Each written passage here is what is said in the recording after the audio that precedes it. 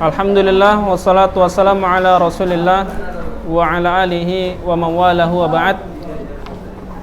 Kita lanjut ikhwan. Ya. Masih bab as-sihru wal kahana wal arafah. Kita kemarin sudah membahas as-sihru, sihir. Sekarang kita membahas yang kedua, al-kihana wal arafah, yaitu perdukunan dan peramal.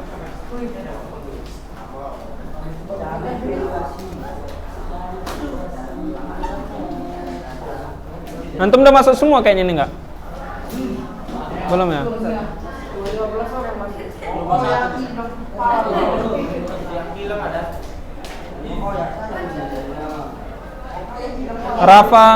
Rafa Azza? Mana Rafa Azza? Dia di daring aja, nggak pernah ikut.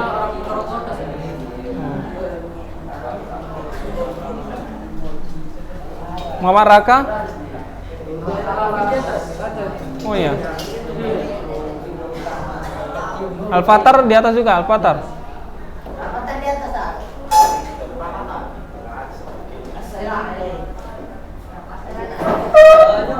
Khalid Rizky, Khalid.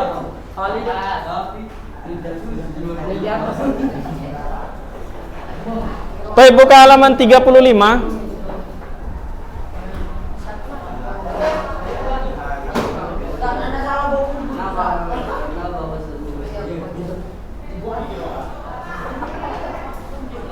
Udah?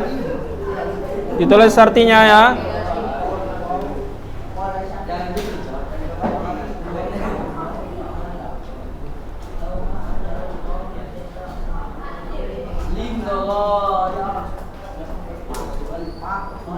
Perduku dan peramalan.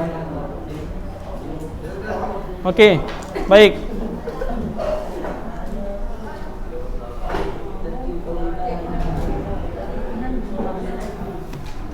Wahuma ida'u ilmul ghaib.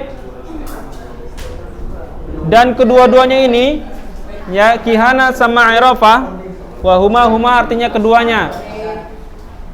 Perhatikan. Ya.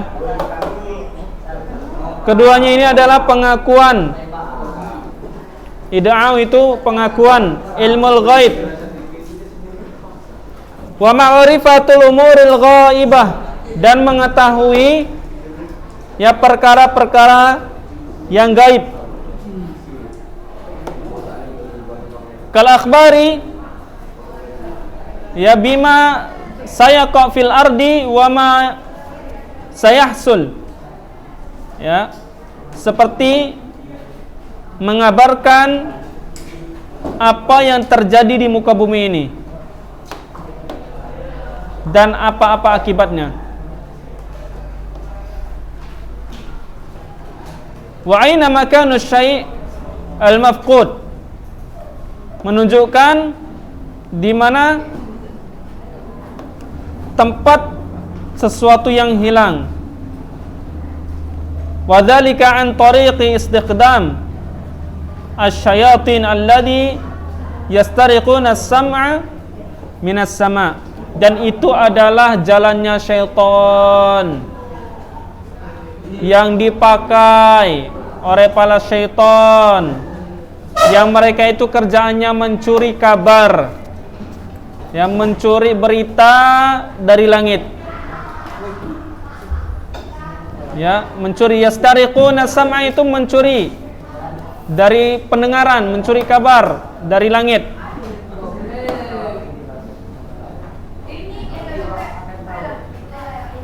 Maka qala ta'ala, Allah Subhanahu wa taala berfirman, perhatikan ikhwan. Ya, hal unabbiukum ala man tanazzalu syayatin, tanazzalu ala kulli afakin atim.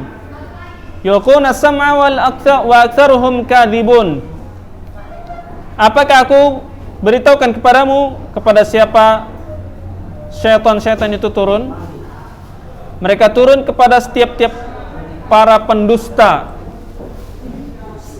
yang banyak dosanya, mereka menghadapkan pendengaran kepada syaitan itu, dan kebanyakan mereka adalah orang-orang pendusta. Maka orang pendukun itu, ikhwan, aslinya mereka itu adalah pembohong dan pendusta.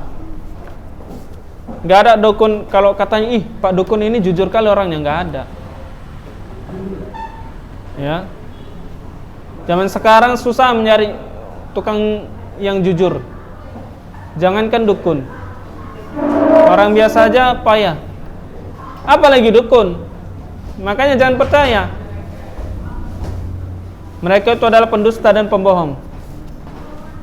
Ya, sakit kaki antum, ya, sakitnya itu bukan patah karena rematik misalkan, atau karena asam urat, kemudian cuma dilus-lus ya, baca doa sembuh.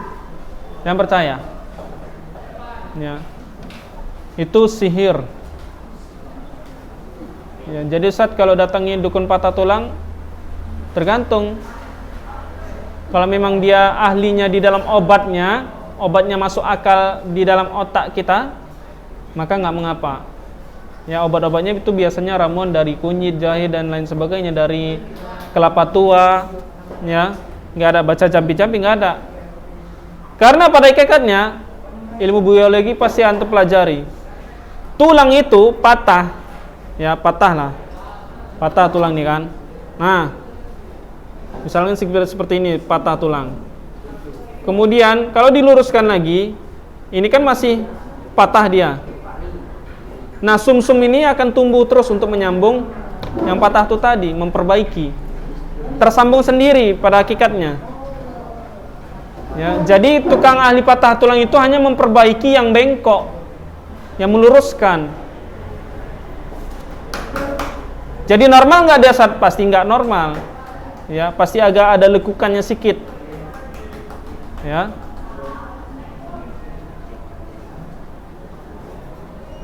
Itu luar biasa kalau patah tulang itu, yang pas-pas bagian tulang kering itu sakit kali ya.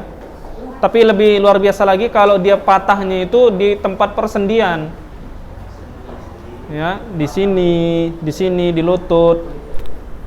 Ya, pas di pinggang. Nah, pinggang ini kan ada apa namanya? Dalam ilmu biologi pas pinggang ini apa ini namanya? Ada kayak mangkoknya.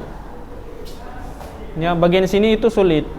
Apalagi rusuk, punggung, ya.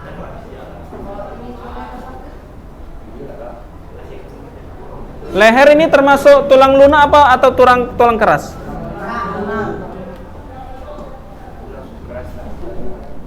Kalau tulang lunak itu ada macam-macamnya juga itu kalau ilmu biologi. Kayak telinga sama hidung. Lunak kan, tapi dia nggak bisa bergoyang gini kan. Mulut nggak ada tulangnya tapi bisa goyang gini, bisa goyang kan? Mulut, itulah ciptaan Allah Subhanahu Wa Taala.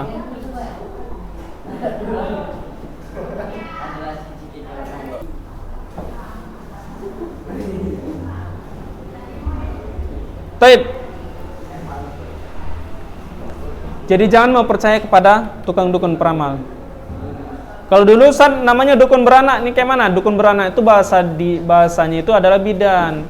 Zaman dulu tuh nggak ada bidan medis, yang ada tukang kusuk beranak. Ya zaman dulu tuh masya Allah ya, banyaknya ya orang-orang zaman dulu tuh melahirkan normal, karena memang betul-betul nggak ada operasi dan usahanya usaha mandiri sendiri. Ya, padahal Allah Subhanahu Wa Taala ciptakan manusia ini betul-betul ya sempurna, hampir sempurna. Makanya sebetulnya orang-orang yang mau operasi sesar itu ya orang-orang yang malas, nggak mau nahan sakit. Ya sesar aja belah, lahir anak kedua belah, anak ketiga belah. Ya, cobalah sejari segi akal, lembu aja melahirkan nggak pernah sesar kan? Masa manusia gampang kali sikit-sikit sesar? Yang ianya mau duit dokternya, terkadang seperti itu. Ya, Afwan ya, mau kalau misalkan orang tua antum ada dokter, ada yang dokter kerja nggak ada? Ya. Makanya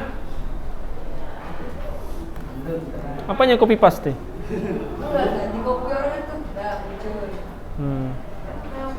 Anaknya di kopi ya. Jadi seperti itu. Kalau dukun beranak itu tergantung ya. Makanya terkadang ya ada dukun beranak, ada yang tukang kusuk itu memang ngasih, kalau udah begitu bayi lahir langsung dikasihnya itu jimat seperti gelang ya, taruh di tangan, taruh di kaki. Nah, itulah dia. Ini nggak boleh ya, ini termasuk perdukunan, haram hukumnya. Jadi solusinya gimana? Saatnya minta perlindungan kepada Allah. Ya, sakit itu yang menyembuhkan Allah. Cuman obat itu adalah perantara. Kalau mau mencari obat, cari yang halal obatnya. Ya. Dalam artian apa? Ya, berobat sama dokter. Jangan berobat sama dukun. Ya, pening kepala ke dukun, pening mata ke dukun. Ya, pening kuping ke dukun. Ya, makanya seperti itu, ikhwan. Baca Al-Quran. Kalau pening kepala, pening mata, pening pendengaran, baca Quran, insyaallah sehat itu kembali. Ya.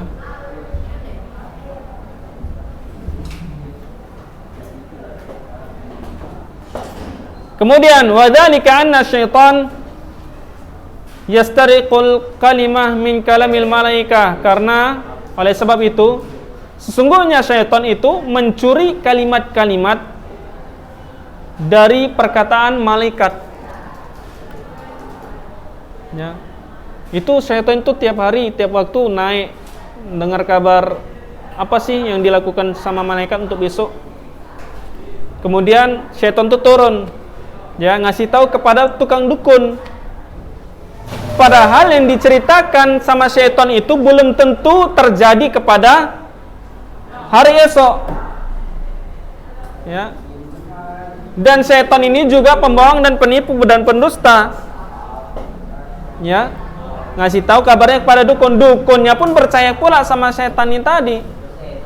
Ngasih tahu sama si korban, oh besok terjadinya kau jangan nikah sama ini, kenapa hidupmu melarat.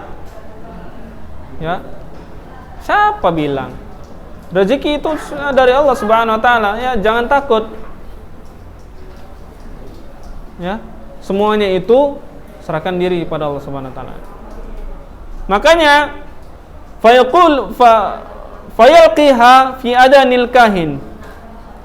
Ya, syaitan itu langsung membisik kepada telinganya tukang dukun. Wa yukadzibul kahin ma'a hadhil kalimah, dan dia mendustai dukun itu juga. Ini setan ini perut tukang menipu ini. Jangan mau. Ya, kalau ada godaan-godaan antum meninggalkan ketaatan, lawan terus. Mulai hal dari yang wajib sampai hal yang mubah sekalian pun dilawan aja. Ya, jangan sampai tergiur. Karena sungguhnya syaitan itu adalah menghiasi kemaksiatan.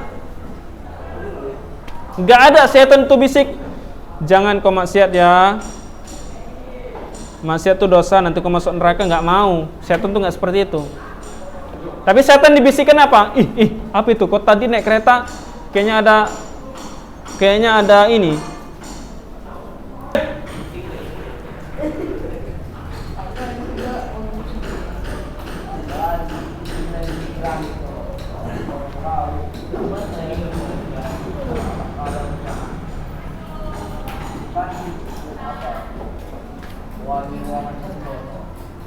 Kemudian ya, wa yadlibul kahin ma'a hadhil kalimah mi'ata kadibah.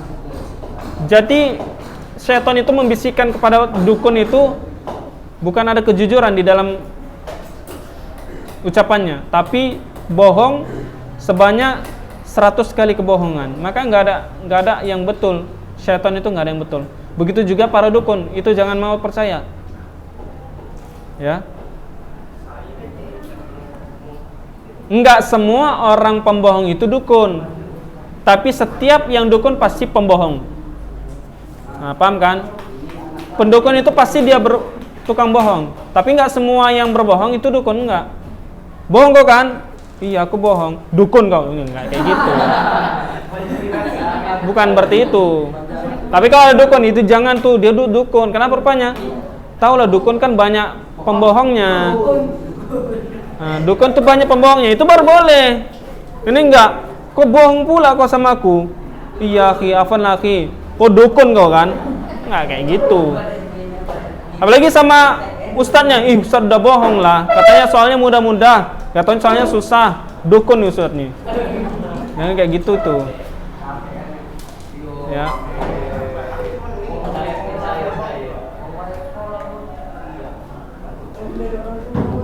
Baik. Kemudian fayusaddaquhun nas bisababin tilkal kalimah allati sami'at minas sama', maka yang bodohnya manusia itu percaya pula lah sama dukun-dukun. Ya, dengan sebab-sebab kalimat-kalimat yang itu tadi. Ya. Oh, besok kayaknya hari Kamis. Oh, memang betul hari Kamis kan gitu. Ya. Tapi hari Kamis besok kayaknya aku kabarkan sama kau ya, kau pergi sekolah hati-hati. Kenapa gitu? Ya tengok jalan kanan kiri lah. Kalau nggak tengok jalan kiri nanti tabrak. Ya betul. Nah, seperti itu. Tapi kalau dukun bilang, oh hati-hati kau ya. Ya. Nanti hidupmu nggak lama lagi. Nggak taunya dukun yang dendam pengen bunuh dia. Nah, itulah dia. Mana pembohong seperti itu. Kau jangan sekali-sekali naik sepeda. Nanti suruh rusak sepedamu. Nggak taunya ya alhamdulillah naik sepedanya nggak rusak. Jangan percaya sama dukun.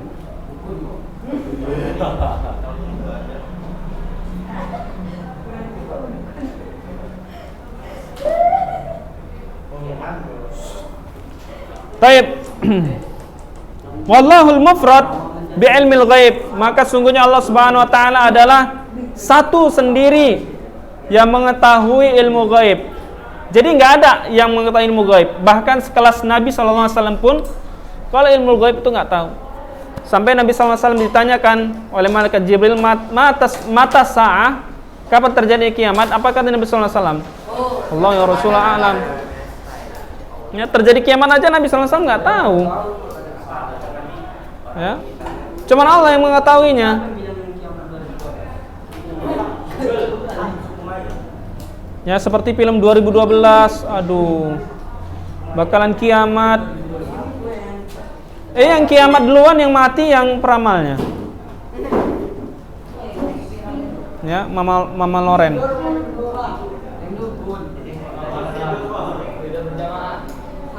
Taib.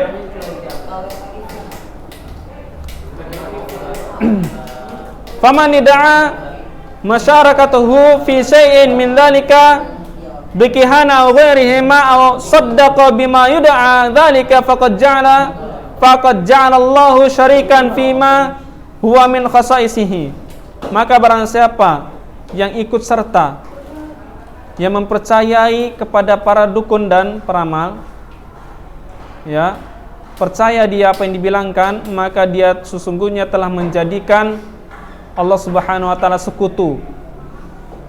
Ya, dia telah berbuat syirik terutama di dalam akidah, di dalam kekhususan. Enggak boleh, ini syirik jatuhnya. Jangan percaya sama dukun peramal.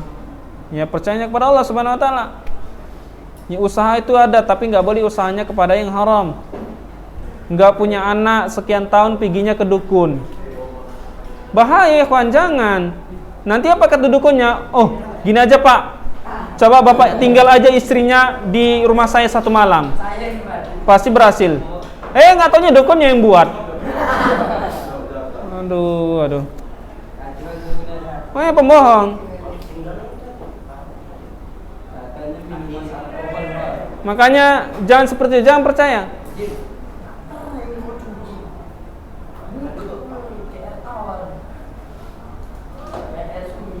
Wal kihana la takhlu min asy-syirki li'annahu taqarrubun ila syayatin bima yuhibbun fahiya syirkun fir rububiyyah min haitsu ida'u musyarakatillahi fi ilmihi wa syirkun fil uluhiyatin min haitsu taqarrubu ila ghairillahi bi syai'in minal ibadah. Ya. Wa an Abi Hurairah radhiyallahu anhu ani Nabi sallallahu alaihi wasallam qala man ataka hinan fasaddaqahu bima yaqul faqad kafara bima unzila ala Muhammad. Maka ya, perdukunan itu tidak lepas melainkan jatuh kepada kesyirikan. Ya, karena sesungguhnya dia telah mendekatkan diri kepada syaitan, mengabdi kepada syaitan dan mencintai syaitan. Ya. Maka ini adalah termasuk syirik di dalam rububiyah, karena dia telah mendahulukan ya rububiyah Allah. Maksudnya dia mengetahui tentang takdir. Masalah takdir itu kan rububiyah. Ya, dia pengen tahu masa depan, masa lalu. Ini dia jatuh kepada syirik rububiyah di dalam rububiyah Allah Subhanahu wa taala, dan juga jatuh kepada syirik uluhiyah. Karena ibadahnya itu, memohonnya dia itu bukan kepada Allah Subhanahu wa taala, tapi kepada dukun, para syaitan. Ya. Ini dilarang oleh Nabi sallallahu alaihi wasallam, sebagaimana Nabi sallallahu alaihi wasallam bersabda, diriwayatkan oleh Abu Hurairah, "Man ata kahinan fasaddaqahu bima yaqul." Maka barang siapa yang mendatangi para tukang dukun, kemudian dia itu percaya apa yang dikatakan para dukun itu tadi, maka faqad kafara bima unzila ala Muhammad. Dia telah kafir. Ya, kafir apa yang dibawakan oleh Nabi sallallahu alaihi wasallam. Nah, seperti itu, ikhwan. Dosanya besar sekali. Bahkan Nabi sallallahu alaihi wasallam katakan, ya, orang yang mendatangi dukun, maka tidak akan diterimanya salatnya 40 hari 40 malam. Ya Ustaz, jadi enak Ustaz enggak salat-salat lagi? Iya. Jangan kayak gitu. Orang yang enggak datangi para dukun dan peramal aja salatnya belum tentu diterima, apalagi orang datangi dukun. Ya, jadi solusinya gimana? Tetap salat, tetap jalankan ibadah. Kalau udah terlanjur, ya udah bertobat. Selesai kan urusan.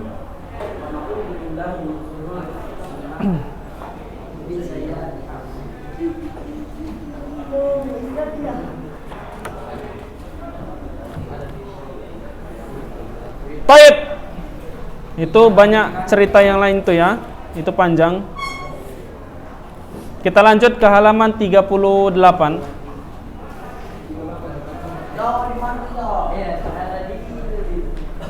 Halaman 38. Ya, taqdimul qarabin.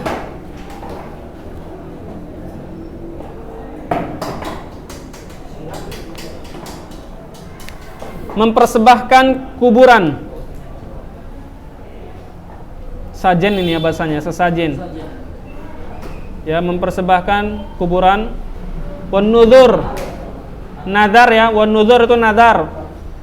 Wal hadaya, hadiah lil mizarat wal kubur wa ta'zimuha, untuk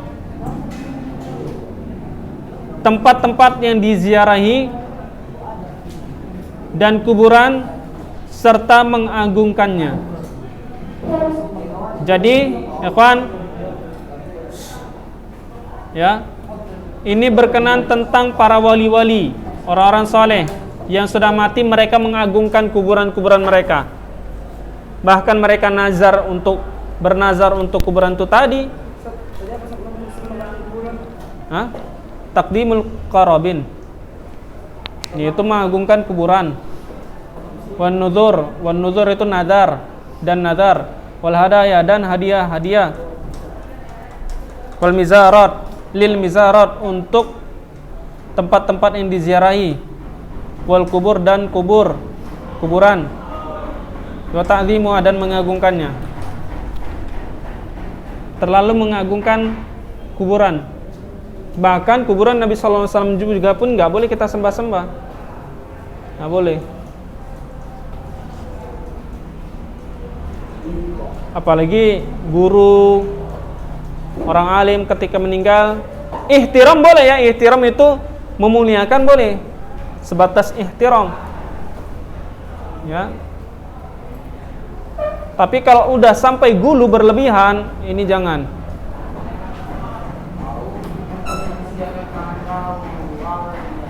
Baik.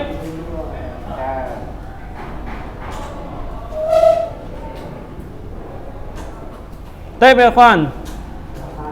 Laqad sadda Nabi sallallahu alaihi wasallam kullu turuqi al-mufdiyah ila syirki.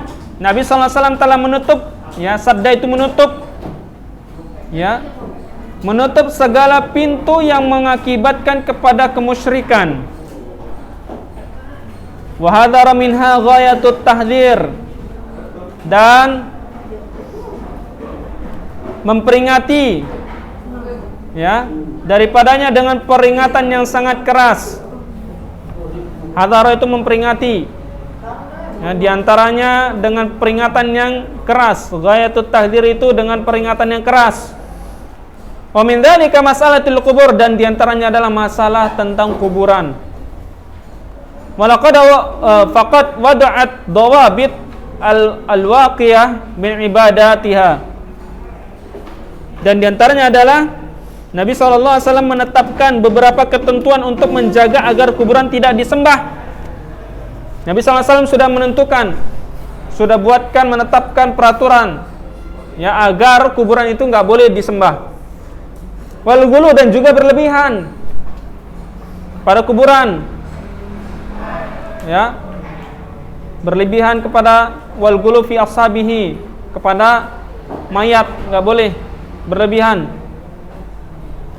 Wa min dzalika, dan diantaranya adalah al-awwal annahu hadara Nabi sallallahu alaihi wasallam minal ghulu, ya, fil auliya was salihin. Nabi sallallahu alaihi wasallam yang memperingatkan agar tidak gulu berlebihan kepada para wali dan juga para orang-orang yang saleh.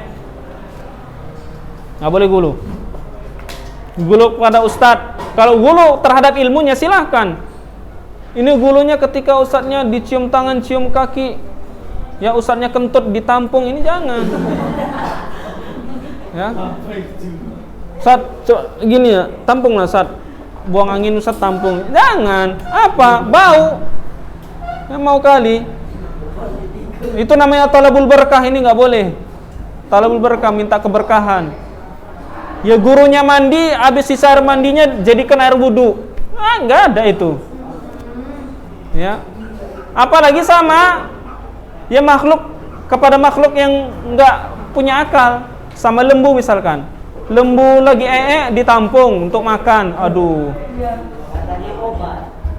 Obat pula lagi. Obat lapar makan yang bagus, jangan makan apa? Belek kerbau, jangan. Ya. Bau itu.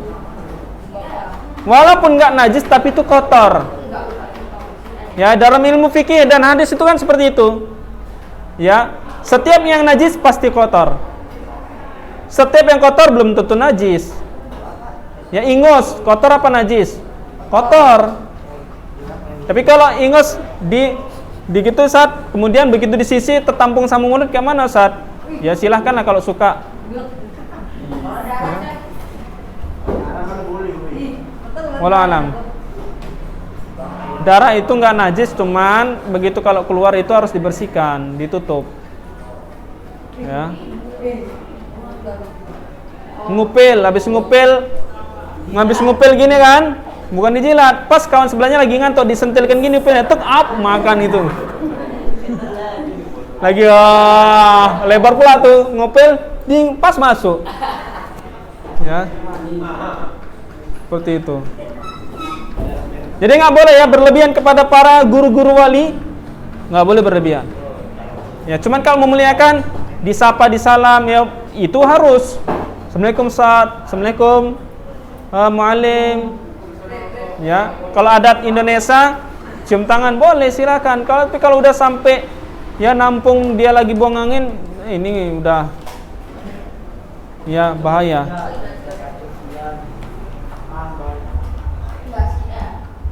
Li'anna dzalika yuaddi ila ibadah, karena sesungguhnya ya gulu terhadap para wali, guru-guru itu bisa menjerumuskan kepada ibadah, menunjukkan ibadahnya kepada wali. Ini nggak boleh. Ya, apa yang disuruh sama walinya dituruti aja sampai kepada keharaman. Jangan. Ya. Qala Nabi SAW mengatakan iyyakumul ghulu. Ya, diriwayatkan Imam Bukhari. Fa inna ma ahlaka min man kana qablakum al-ghulu. Ya, hati-hatilah terhadap perkara yang berlebihan, ghulu. Maka sesungguhnya orang-orang terdahulu itu telah musnah karena mereka itu dahulu sering ghulu. Seperti Nabi Isa alaihissalam. Ya, orang Nasrani itu ghulu kali. Ya, menganggap Nabi Isa alaihissalam sebagai Tuhan, ini nggak boleh. Sedangkan orang Yahudi menganggap Nabi Isa alaihissalam sebagai anak yang hasil zina. Nah, itu pun parah juga. Padahal Nabi Isa alaihissalam katakan abduhu wa rasuluhu, aku adalah seorang nabi dan seorang rasul, tidak Tuhan dan juga bukan dari hasil anak yang zina.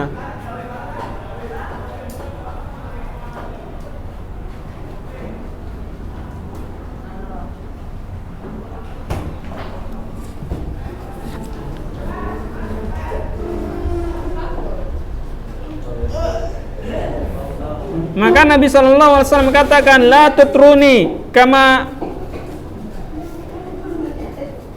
atrotinna Nasara ibnu Maryam wa inna ma'ana abdun fa yaqulun Abdullah wa rasuluh. Inilah dia seperti Nabi Isa alaihissalam.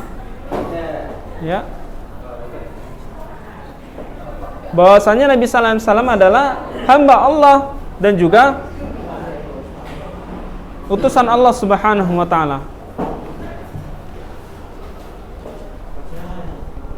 Kemudian yang kedua, wa hadara Nabi sallallahu alaihi wasallam minal bina'i 'alal qubur. Nabi sallallahu alaihi wasallam memperingatkan agar tidak membangun kuburan.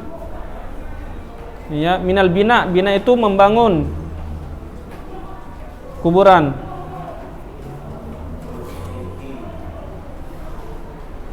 Kama ruwiya Abul Hayyaj Al-Asadi qala li Ali bin Abi Thalib radhiyallahu anhu.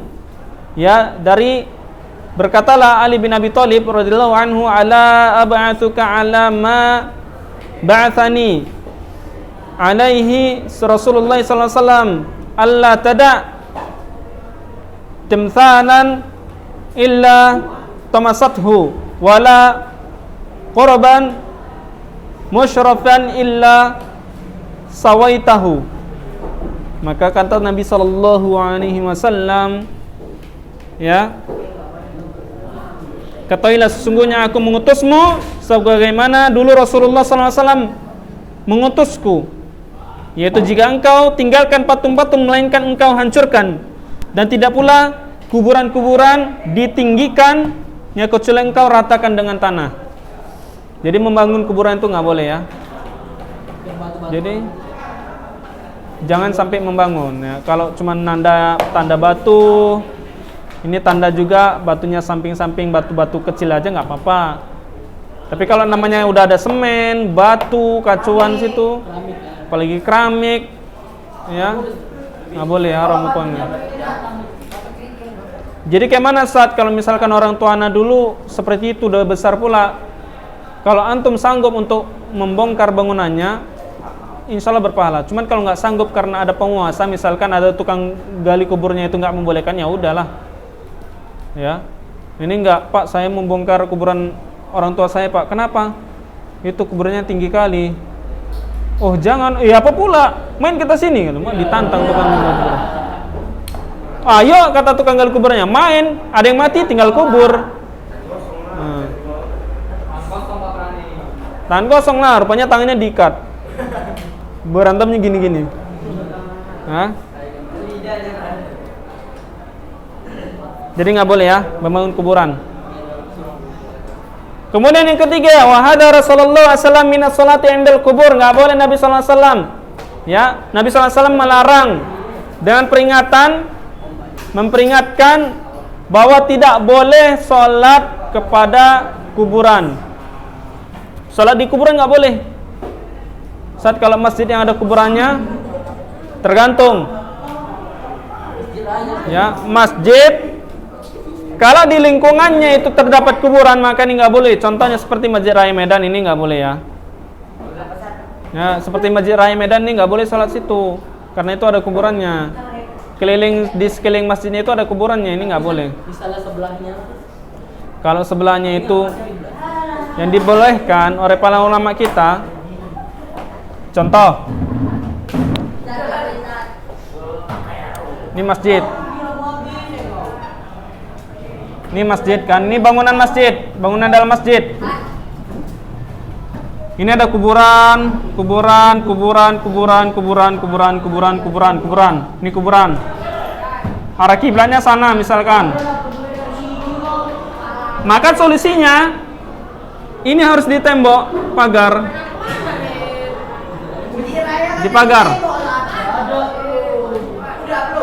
Nggak ada.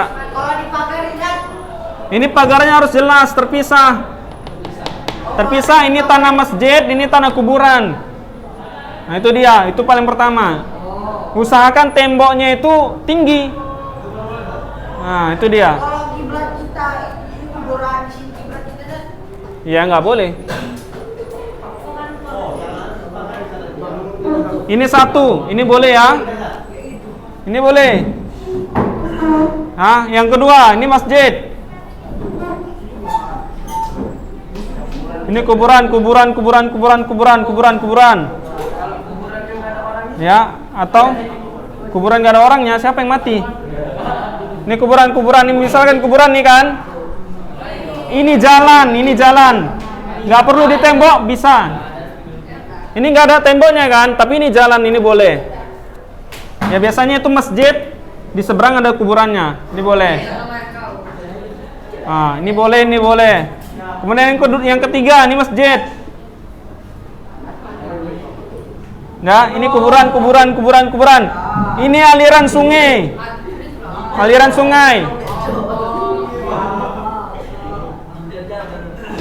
Ini jalan.